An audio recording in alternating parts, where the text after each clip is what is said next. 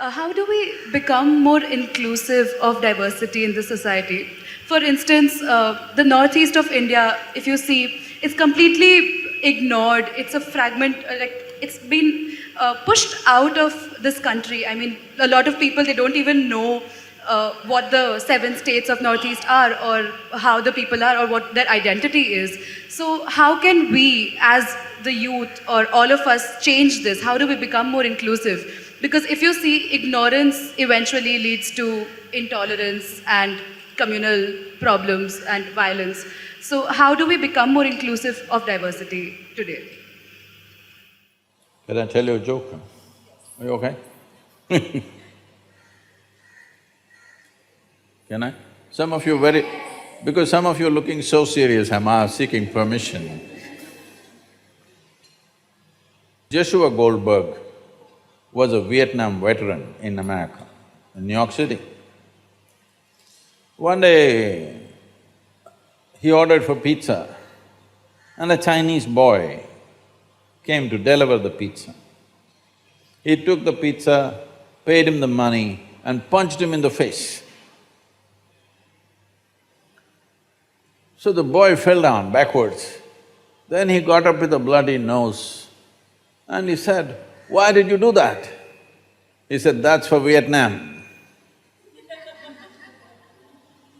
He said, "I am not Vietnamese, I'm Chinese." So Joshua Goldberg said, "Chinese, Vietnamese, Japanese, they're all same to me." So the boy gathered himself and went. Later on, after having eaten his pizza, he was taking his bull mastiff for a walk.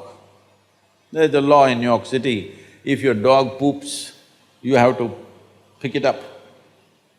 So his dog pooped on the street, he bent down to pick it up. The Chinese boy came from behind and kicked him in his backside. So he went down, face down on the dog poop. Then he got up and asked, "You idiot, why did you do this to me?" The boy said, "That's for Titanic." Said, "You idiot, what do I have to do with Titanic?" Goldberg, Spielberg, iceberg, they're all same to me.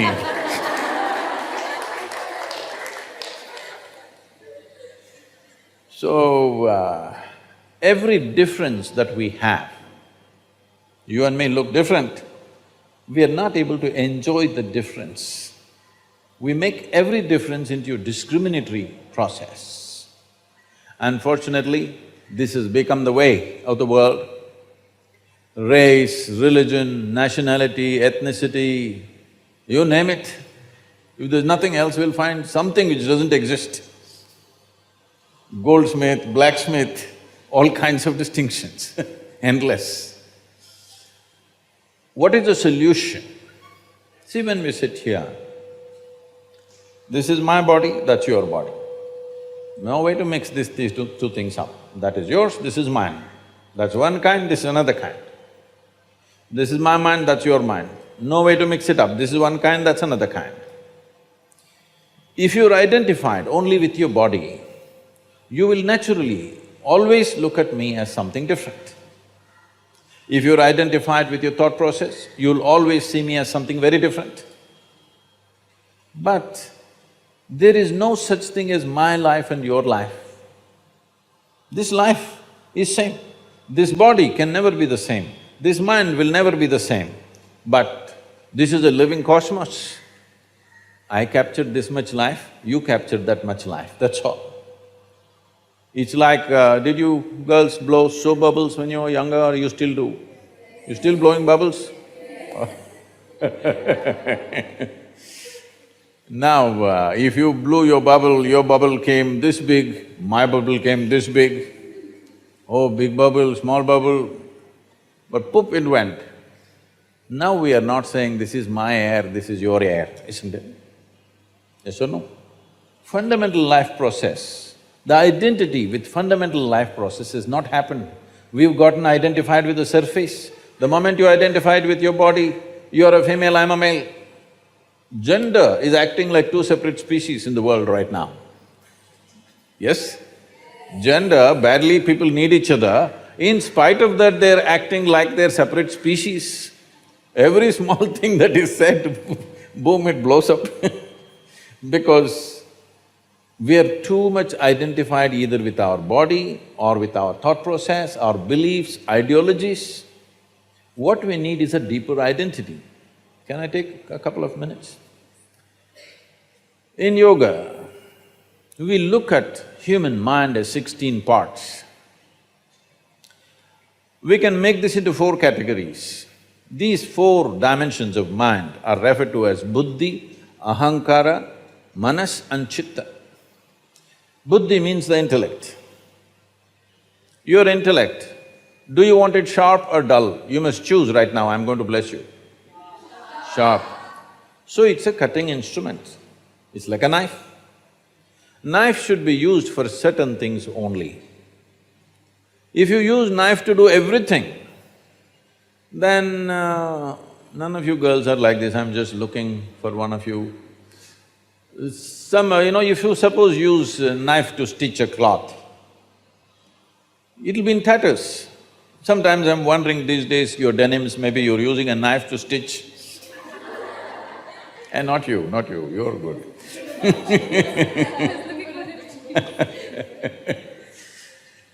So you cannot use a knife for everything, only for dissection you can use a knife. You cannot use a knife for everything. Right now, our education systems have become such, they're purely intellectual. The other dimensions of human intelligence are not even explored. Everything is intellectual. So all we are doing is dissect things, dissect things, dissect things. With this we will know certain things. Suppose I really want to know you, shall I dissect you?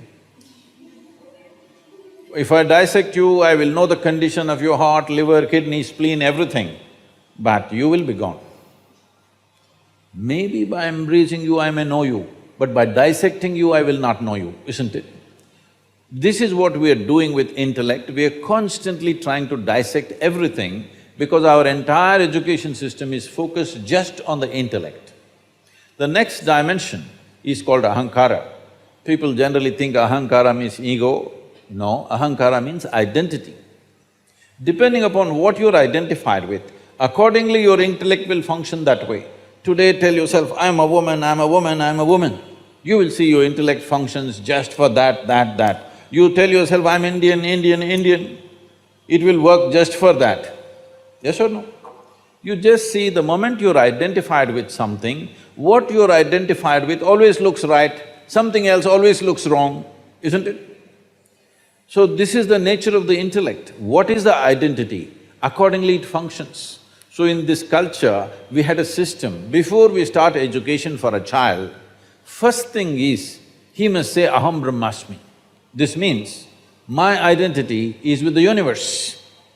You must establish a larger identity before you empower somebody with education, because education is empowerment.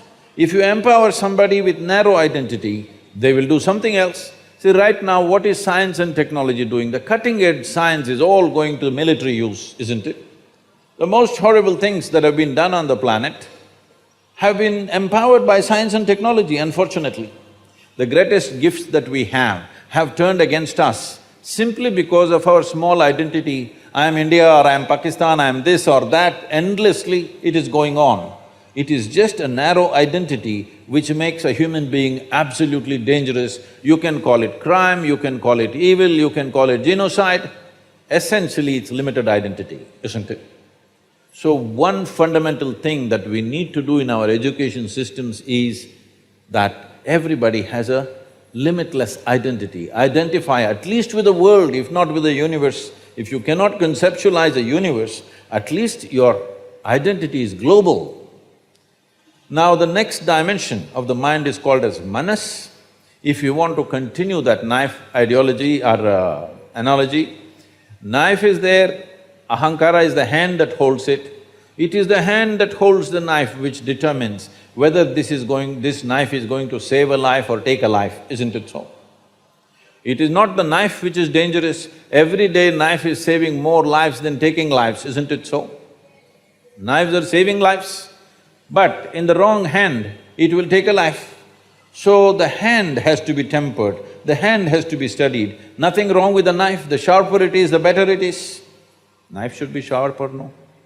Knife should be as sharp as possible. It is the hand that holds it which makes the difference. Now this hand is connected to what is called as manas, which is a silo of memory. See, right now, you call this my body, but this is just a silo of memory. There is evolutionary memory, there is genetic memory, there is karmic memory, there's articulate and inarticulate levels of memory, conscious and unconscious levels of memory. Like this, there are many dimensions of memory. Do you remember how your great-grandmother 10 generations ago looked like? No, but her nose is sitting on your face right now. Satakshi, I got the name right for you? Yes. See? Her nose is sitting on your face or no? Definitely. Your skin remembers the skin tone of your forefathers 1,000,000 years ago, yes or no? So this is memory. What you call as my body is 1,000,000,000,000 times more memory than what you ever can carry in your mind. So this memory is important, and how it transmits itself into the intellect depends on the identity. How you identified, accordingly this memory will play. If you identified with a limited identity, then this memory will become against everybody else. If your identity is a larger identity, then this memory functions for everybody's well-being. So the fundamental thing is, your identification has to evolve. How does your identity evolve? The fourth dimension of intelligence is referred to as chitta. Chitta means an intelligence without an iota of memory. When we say memory, memory is a certain boundary. See, I remember these three are my friends, they're in my boundary. These people I don't remember, they're out of my boundary, isn't it so? Hello? Who is my friend, who is not my friend, who I love, who I hate, is just a question of memory, isn't it? Who is my brother, who is my sister, who is my father, who is my mother, is it just a question of memory? Memory in your mind and your genetic memory, isn't it so? It's all this memory functioning. So there is an intelligence which is beyond memory, which doesn't have an iota of memory. Where there is no memory, there is no boundary, it's a boundless intelligence. This is a living cosmos which is intelligent. It is a living intelligence of its own. Now, this dimension of intelligence also exists within us. The moment you touch this dimension of intelligence, all your limited identities will collapse. And in the yogic culture, in a very mischievous way, it is said, you must understand this in the right context, because you're looking serious, it scares me, huh? Hello? Do something to show me you're not so serious people. Because, see, suppose somebody comes and tells you, my grandmother is serious, how do you understand? She's on the way out. That's what it means if you're serious. So in the yogic culture it is said, if you touch your chitta, if you touch an intelligence beyond memory, they say, God will become your slave. Whatever you wish, it just happens for you, because you're not stuck in the framework of memory anymore, your intelligence. So, if we want an unprejudiced world, genuinely unprejudiced world, because today people who call themselves, people who seem to be fighting all the time for somebody, they are highly prejudiced too, in a different way, in a reverse way. This is not going to help. Pushing one injustice against another injustice is not an answer. It is not an answer for the well-being of this world. It is important that your experience of life is beyond the limitations of the boundaries of your memory, which means your body, your mind, your intellect. Beyond that, you have an experience. If your experience of life transcends the limitations of your physical nature, then we use this most corrupted word rather, a highly corrupted word called spirituality. This is what spirituality means. Spirituality doesn't mean looking up, looking down, going to heaven, no. Spiritual process means your experience of life has crossed the limitations of your physical nature. It's only because of physical body, there is a clear-cut boundary between you and me, isn't it? Yes or no? Suppose you didn't have a body and I didn't have a body, we would be all over the place, isn't it? Yes or no? So, because of our identifications with physical forms, I am different, you are different. Now this difference slowly matures into discrimination.